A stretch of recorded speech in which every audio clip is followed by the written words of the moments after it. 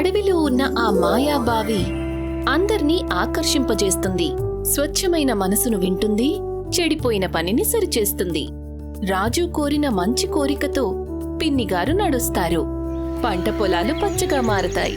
అందరి తలరాతలు మారాయి. అందరూ కలిసిమెలిసి నిలబడ్డారు. సుఖ సంతోషాలు నిండాయి. ఐకమత్యం అనే ఈ గుణపాఠం అందరికీ దారి చూపింది. ఊర్లో అది చాలా ఎండగా ఉన్న రోజు. పక్షులు కిలకిలలాడుతూ ఉన్నాయి. అందరూ తమ రోజుని ప్రారంభిస్తారు. ఇక అన్ని వైపులా అలజడి రేగుతుంది. రాజు తన స్నేహితులు భోలా ఇంకా మిగతా పిల్లలతో మైదానంలో ఆడుకుంటుంటాడు. తను తన స్నేహితులతో అటూ ఇటూ పరిగెడుతూ సరదాగా ఆడుకుంటాడు. కొంతసేపటి తర్వాత అలసిపోతాడు. సేద తీరటం కోసం ఒక చెట్టు కింద కూర్చుంటాడు. అక్కడే ఆ చెట్టు నీడలో ఒక ముసలి వ్యక్తి కూర్చొని ఉంటాడు. రాజు అతన్ని ఇంతకు ముందు కూడా చాలాసార్లు చూసుంటాడు. ఇవాళ అతనితో మాట్లాడే ప్రయత్నం చేస్తాడు. బాబాయ్, మీరు ఎప్పుడు ఈ పాత చెట్టు కిందే ఎందుకు కూర్చుంటారు? మీకు బోరు కొట్టదా? లేదు బాబు, ఈ పూరి మట్టిలో ఎన్నో కథలు దాగి ఉన్నాయి. నేను ఆ కథలను గుర్తు చేసుకుంటాను. అప్పుడే అక్కడికి భోలా కూడా వస్తాడు. అదంతా వింటుంటాడు. మాకు కూడా ఏదైనా కథ చెప్పండి బాబాయ్. ఏదైనా మాయా కథ? మాయ అయితే మన ఊరి ఆ పాత బావిలో ఉంది. అది అడవిలో ఉంది. కానీ అక్కడికి ఎవ్వరూ వెళ్లరు. అందరూ అంటూ ఉంటారు ఆ బావి మాట్లాడుతుందని. రాజు ఇంకా భోలా అది విని వెంటనే ఔత్సాహికులవుతారు. ఏంటి, నిజమా? రాజు, అయితే మనం అక్కడికి వెళ్ళాలి. అవును, వెళ్దాము.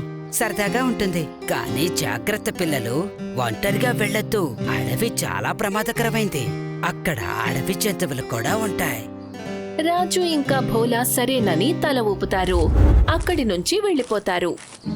కొంత సమయం తరువాత రాజు ఇంకా భోలా బాబాయ్ మాటలను పట్టించుకోకుండా అడవిలోకి వెళ్తారు. వాళ్ళు దట్టమైన చెట్లతో నిండిన దారిలో నుంచి వెళ్తూ ఉంటారు. వాళ్ళిద్దరూ దట్టమైన అడవిలోకి వెళ్తూ ఆ మాయా బావిని వెతికే ప్రయత్నం చేస్తారు. కాని వాళ్లకది ఎక్కడా కనపడలేదు. రాజు, మనం వెనక్కి వెళ్ళిపోవడం మంచిదనిపిస్తోంది. అడవిలో ఒంటరిగా వెళ్ళకూడదు. పెరికి పంతలా మారకు బోలు. బాబాయ్ చెప్పారు బావి మాయాబావి అని. ఆలోచించు, ఒకవేళ అది నిజంగా మాట్లాడితే అప్పుడు ఎంత బాగుంటుంది. రాజు భోలా చెయ్యి పట్టుకుంటాడు. ఆ తర్వాత తనను తీసుకుని అడవి లోపలికి వెళ్తాడు. కాసేపటి తర్వాత వాళ్లకి చెట్ల మధ్యలో దాగి ఉన్న ఒక బావి కనిపిస్తుంది. వాళ్ళు వెంటనే సంతోషిస్తారు. వాళ్ళు వెంటనే బావి దగ్గరికి పరిగెడతారు. ఔత్సాహికంగా దానికి అన్ని వైపులా తిరుగుతారు. రాజు బావి వద్ద నిలబడి లోపలికి చూస్తాడు. నీళ్లు చాలా స్వచ్ఛంగా కనిపిస్తాయి. అక్కడ తాడు ఉండదు, బకెటు ఉండదు నీళ్లను బయటికి తీయడానికి. రాజు ఇంకా భోలా కాసేపు తమ ప్రతిబింబాన్ని చూస్తూ ఉంటారు. అప్పుడే బావి లోపల నుంచి ఒక చిన్న గొంతు వినిపిస్తుంది. బాలకులారా, మీరిక్కడికి దేనికోసం వచ్చారు? మీకు దాహంగా ఉందా? రాజు ఇంకా భోలా ఆశ్చర్యపోతారు. కాస్త వెనక్కి వెళ్తారు. రాజు మళ్లీ ధైర్యాన్ని కూడగట్టుకుంటాడు. జవాబు చెప్పడానికి ప్రయత్నిస్తాడు. మీరు నిజంగానే మాట్లాడగలరా? బాబాయ్ చెప్పింది నిజమే. ఎవరి మనసైతే స్వచ్ఛంగా ఉంటుందో వారికి మాత్రమే సమాధానం చెప్తాను. చెప్పు రాజు, నీకేం కావాలి? రాజు ఇంకా భోలా ఒకరి వైపు ఒకరు చూసుకుంటారు. వారి కళ్లల్లో కంగారు స్పష్టంగా కనిపిస్తుంది. సాయంత్రం సూర్యుడు అస్తమిస్తాడు. రాజు తన ఇంట్లో మంచం మీద మౌనంగా కూర్చొని ఉంటాడు. తన ఎదురుగా పుస్తకం తెరిచి ఉంటుంది. తను చదివే ప్రయత్నం చేస్తాడు. కాని తను ఎక్కడో ఆలోచిస్తూ ఉంటాడు. రాజు వాళ్ళ నాన్న అది చూస్తారు. తనని అడుగుతారు. రాజు, ఇవాళ నువ్వు చాలా మౌనంగా ఉన్నావు. ఏమైంది? ఆటలో ఓడిపోయావా? నేను ఆలోచిస్తున్నాను. మనకి ఏమైనా కావాలంటే మనం కోరుకోవాలా లేకపోతే కష్టపడాలా? కష్టపడడం చాలా అవసరం బాబు. కానీ అప్పుడప్పుడు భగవంతుడు మన నిజాయితీని చూసి మనకి బహుమానాలిస్తాడు. కానీ స్వార్థం ఎప్పుడూ మంచిది కాదు. రాజు సరేనని తల ఊపుతాడు. ఉదయం విన్న బావి గొంతును గుర్తు చేసుకుంటాడు. కాని తను ఏ కోరికను కోరలేదు. రాత్రి చంద్రుడి వెలుగులో బావి మెరుస్తూ ఉంటుంది. అడవి మౌనంగా ఎంతో నిర్మానుష్యంగా ఉంటుంది. అప్పుడే రాజు అక్కడికి ఒంటరిగా చేరుకుంటాడు. తను బావి దగ్గరికి వెళ్లి దాని ఒడ్డున నిలబడతాడు. అప్పుడు కాసేపట్లో బావి మళ్ళీ మాట్లాడుతుంది. నువ్వు మళ్ళీ వచ్చావా? నువ్వు ఆలోచించావా నీకు ఏం కావాలో? బంగారమా, వెంట, లేక ఖరీదైన బొమ్మలా? లేదు బావిగారు, నా స్నేహితుడు బోలు వాళ్ళ అమ్మకి ఆరోగ్యం బాలేదు. ఆవిడ నడవలేదు. మీరు ఆవిడికి నయం చేయగలరా? బావి కాసేపు మౌనంగా ఉంటుంది.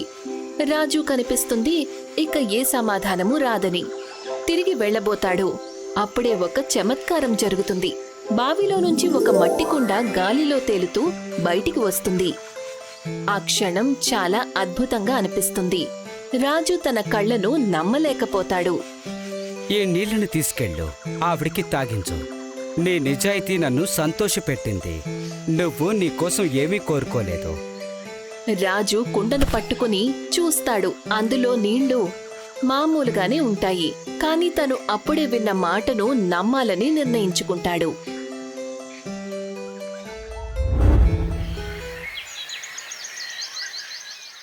మరుసటి రోజు ఉదయం భోలా తన ఇంట్లో వాళ్ళమ్మ కాళ్లకు మర్దన చేస్తూ కనిపిస్తాడు.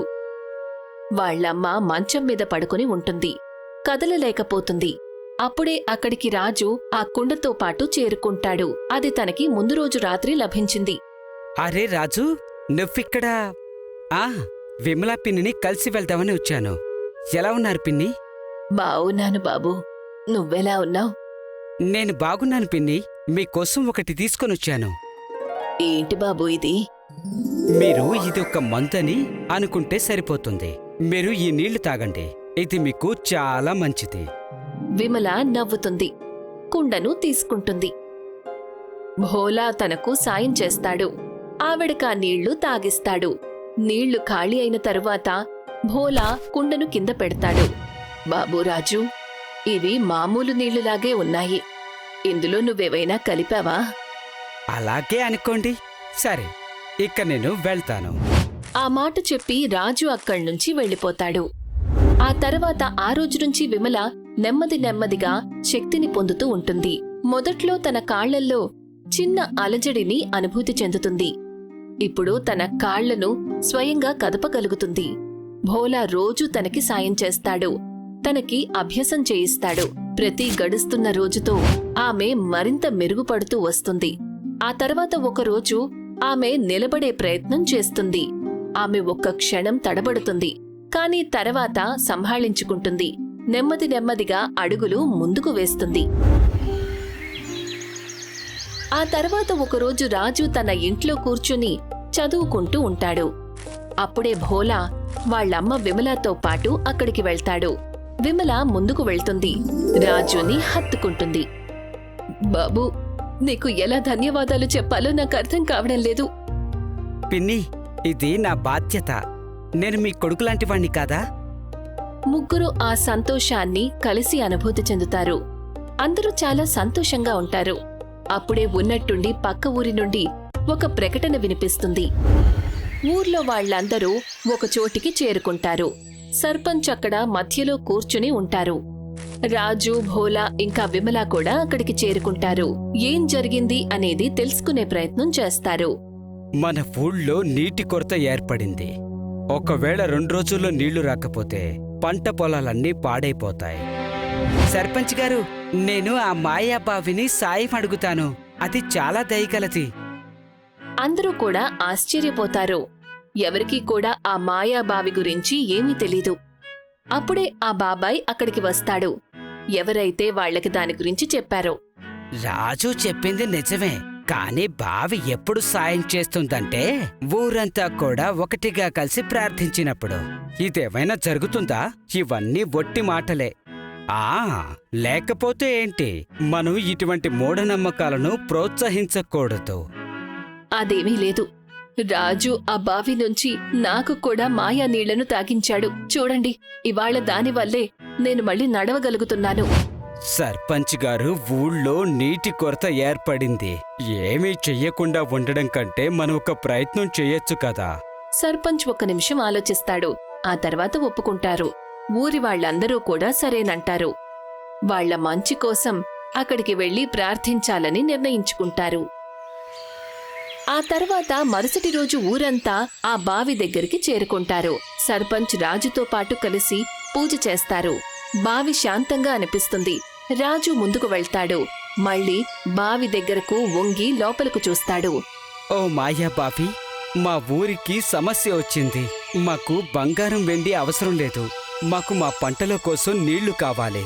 దయచేసి మాకు సాయం చెయ్యి, సాయం చెయ్యి, సాయం చెయ్యి. బావి కదులుతుంది. నేల కూడా కంపిస్తుంది. అందరూ కంగారు పడి అటూ ఇటూ చూస్తారు. కొన్ని క్షణాల్లో అంతా శాంతిస్తుంది. ఏమీ జరగదు. ఊరి వాళ్ళందరికీ అనిపిస్తుంది ఆ బావి బాబాయ్ ఇంకా రాజు చెప్పిన కట్టుకథ అని. అందరూ అక్కడ్నుంచి వెళ్లబోతారు. సర్పంచ్ గారు, ఇంకాసేపు ఆగండి.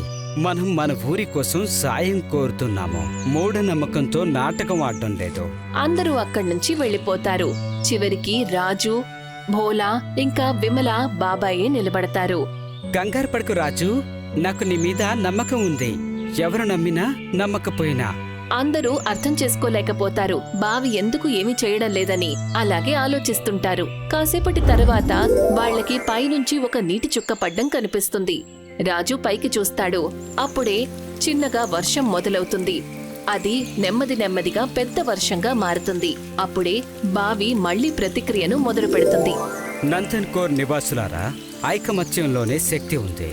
ఒకరికొకరు సాయం చేసుకుంటే ఈ నీరు ఎప్పటికీ అంతమవ్వదు. రాజు మొహంలో ఒక చిరునవ్వు కనిపిస్తుంది. మరొక వైపు ఊరి వాళ్లందరూ వర్షాన్ని ఆనందిస్తారు. ఎలా అనిపిస్తుందంటే వాళ్లకి ఎంతో కాలంగా ఏదైతే కావాలో అదిప్పుడు లభించిందని. అందరూ పొలాల వైపుకి పరుగులు తీస్తారు. నీళ్ల కోసం కాలువలు తవ్వుతారు. మహిళలు ఇళ్లల్లో నుంచి గిన్నెలు తీసి నీళ్లను సేకరిస్తారు.